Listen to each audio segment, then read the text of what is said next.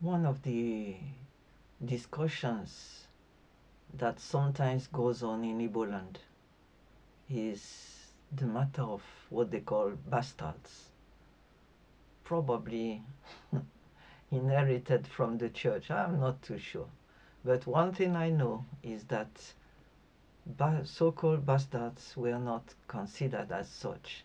And I recently read something that was quite enlightening and confirms my own experience in Igboland. The title is When Shares a Child Out of Wedlock, Ancient Tradition of Igbo People of Nigeria. This was placed on Facebook some time ago. There is a deity in Okuzu, Anambra State, called Nengo. If a maiden gets pregnant and her lover denies the responsibility, the priest of Nengo, carrying his the sacred oath, would approach the young man with a singular question. Ila konalilaro. Did you sleep with her or didn't you? It's almost impossible to find an old man in any community in Igboland who is a bastard. The truth is that some of your relatives, or even you, were from a lineage of the sons born in the house, Wime Mpuke, who were not claimed by their biological fathers. The ancient tradition accommodates such children. A child born in a man's compound automatically becomes his child until the biological father came to claim the child. Those children, if not claimed, lived a normal life. They joined the kindred and lands were given to them. No one addressed them as Puke. Some of them did not even know the truth, for the tradition of the old forbid the stigmatization of those children. That is why there are no words for bastard in Igbo language.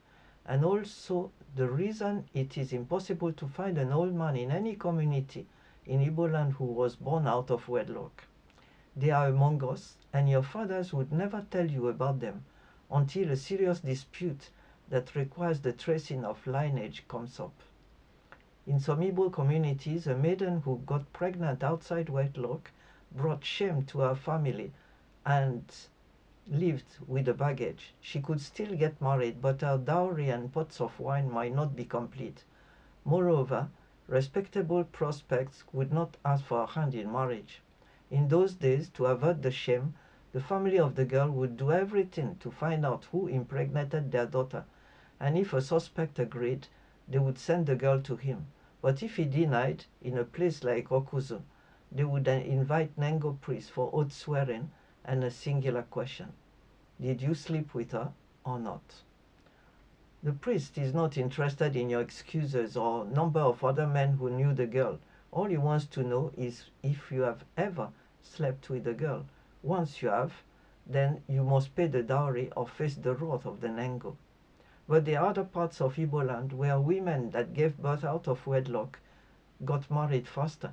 The reason being that if a girl gave birth in her father's house, it meant that she was productive. Her husband would be rest assured that the girl was fertile. In other parts of Igboland, such women with a child out of wedlock attracted the most eligible bachelors in the community. It's not an abomination in Igboland for a woman to get pregnant outside wedlock, and there are no records of abortion in the past. Fornicators were not stoned to death, and such women could marry according to their luck. But if the father of the child later changed his mind and came for her, then he must perform every customary rites for marrying a woman before taking the child. Note that the rites were performed just to take the child, not to take the wife. Take for example, if Obi put Ada in a family way and denied earlier being responsible, the child would become one with Ada's siblings. If Ada got married to another man and Obi, having repented, wanted his child back, he must pay Ada's dowry, bring the pots of wine and the tubers of wine of yam before he could claim the child, while Ada would still be in her legal husband's house. If not, the child would remain in Ada's father's house, grow there like one of Ada's siblings. So the reason you don't know any of your bastard relatives is because there are no bastards in Igboland. A child is a child. We do not reject humans or stigmatize them with a title. Children were seen, even in the past, as gifts from the gods. The term Amarafo Gamweze, translating loosely, you don't know the womb that would give birth to a king, is normally used when a maiden gave birth in her father's house. It is more of a consolation or defense mechanism to accept whatever came. The essence of this essay is not to promote promiscuity, but to throw a beam on the traditions of the ancient African community, using Igbo as a focal point. Permit me to share the powers of the Igbo woman tomorrow, who decided why she married, who she married, and so on. So that is very interesting. And what I want to say is, we knew a family whose daughter was impregnated by someone who didn't intend to marry her. It was kind of an accident, but she was never blamed. The child grew as one of the siblings of the house, like the last born. It was a little girl, and she was welcome as everybody in the family. That young lady eventually married, though the person who married her as a second wife, and because he wanted a child, and so that was it. So it's interesting to remember that a child is a child, like that person said. And in Igbo, wakamma, a child is better than anything. And wakego, a child is more than money. More than money. And so, please, welcome children. Don't abort them. Don't do harm to them. Don't abandon them.